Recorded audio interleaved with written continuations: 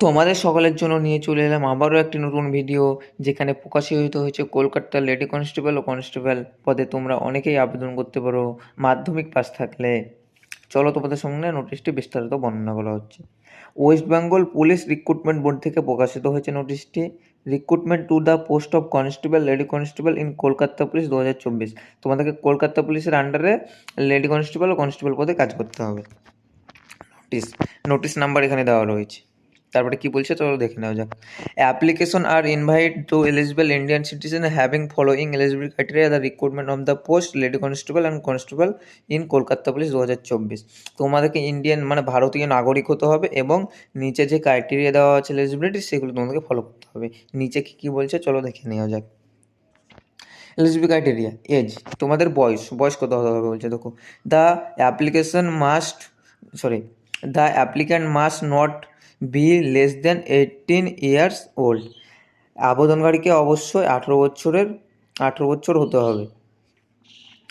And must not be more than 30 years old, এবং 30-এর বেশি হয়ে গেলে হবে না। As on 1/1/2024 upper age limit are relaxable as follows. তোমাদেরকে 1/1/2024 হিসাবে তোমাদের বয়স হিসাব করতে হবে, এবং আপার লেস তোমাদের যদি এর থেকে বেশি হয়ে যায় 30-এর থেকে, তাহলে যেটা ছাড় পাওয়া যায় ভারতীয় সংবিধানের মধ্যে সেটা তোমরা ছাড় পাবে। নিচে কি বলছে চলো দেখে নেই। By 5 years in caste of schedule caste and schedule tribes candidate. তোমরা শিডিউল কাস্ট যদি এসসি হয়ে থাকো তাহলে তোমরা 5 বছরের ছাড় পেয়ে যাচ্ছ। তারপরে কি বলছে, by the 3 years in caste other backward classes A and other backward classes B, মানে ওবিসি এ বি হয়ে থাকলে তোমরা 3 বছরের ছাড় পেয়ে যাচ্ছ। তারপরে সি এ কি বলছে, by 3 years in case of third gender. তোমরা যদি তৃতীয় শ্রেণীর লিঙ্গের হয়ে থাকো সেখানেও তোমরা 3 বছর ছাড় পেয়ে যাচ্ছ। তারপরে একটা ডিএ কি বলছে, by 5 years in case of civic volunteer servicing in Kolkata police only. তোমরা কলকাতা পুলিশের আন্ডারে যদি সিভিক ভলেন্টিয়ারকে হয়ে থাকো সেক্ষেত্রে তোমাদের বয়সের মধ্যে 5 বছরের ছাড়। তারপরে অ্যান্ড কি বলছে চলো এবং কি বলছে দেখানো যায়। By the total number of years completed service in case ex servicemen candidate subject to be maximum age of 40 years. মানে তোমাদের এখানে কলকাতা পুলিশের সিভিক ভলেন্টিয়ার তোমরা যদি থেকে থাকো তাহলে তোমরা 40 বছর পর্যন্ত আবেদন করতে হবে। তারপরে নোটিশ, তারপরে এখানে পড়ে নেবে তোমরা নোটিশে। তারপরে এখানে এডুকেশন কোয়ালিফিকেশন তোমাদের সামনে বলে দেওয়া হচ্ছে। The applicant must have been passed Madhyamik examination for West Bengal board of secondary education or its administrator. তোমাদেরকে West Bengal board of secondary, যেটা মাধ্যমিক বোর্ড, সেটা থেকে পাস করতে হবে, এবং ওর ইত্যাদি বোর্ড যেগুলো রয়েছে ওর থেকেও মাধ্যমিক পাস করলেই তোমরা আবেদন করতে পারবে। তারপরে কি বলছে, ল্যাঙ্গুয়েজের মানে ভাষার ক্ষেত্রে তোমাদের কি বলছে দেখে নেওয়া যাক। The application must be able to speak read and right in Bengali language. তোমাদেরকে অবশ্যই বাঙালি লিখতে এবং পড়তে জানতে হবে। তারপরে কি বলা হচ্ছে দেখে নেওয়া যাক। Home guard personnel and civic volunteer servicing under Kolkata police and discourse of applying must have been complete 3 years of service 1/1/2024।